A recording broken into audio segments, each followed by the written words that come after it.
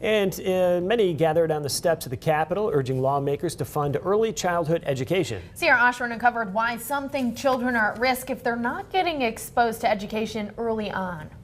Yesterday was Early Learning Legislative Day, which is why many gathered on the steps of the Capitol to show their support for the awareness campaign. Right now, Idaho is one of 5 states in the country that does not invest state dollars in publicly funded preschool or early learning programs. Beth Oppenheimer, the executive director of the Association for the Education of Young Children, says she hopes that will change this session. What we know is that 50% of our children are entering kindergarten in Idaho that are not prepared to learn to read, meaning that 50% of our children are entering without being able to identify 11 letters in the alphabet.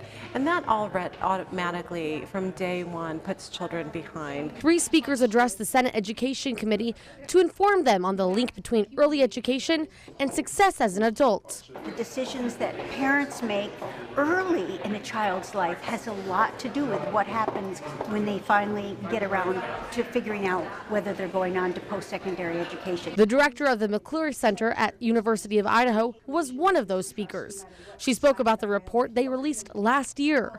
Our job is really to present a body of information that people from both sides of the aisle and on both sides of every issue can agree on, and from there have the discussion about what are the right policies for Idaho. But the discussion remains. Senator Steve Thane brought up the importance of working with parents versus working with programs in early childhood. A spokesman for the State Department of Education tells me that currently only 21,000 of Idaho's children are enrolled in kindergarten. Reporting from the State House, Sierra Oshrin, KBOI 2 News.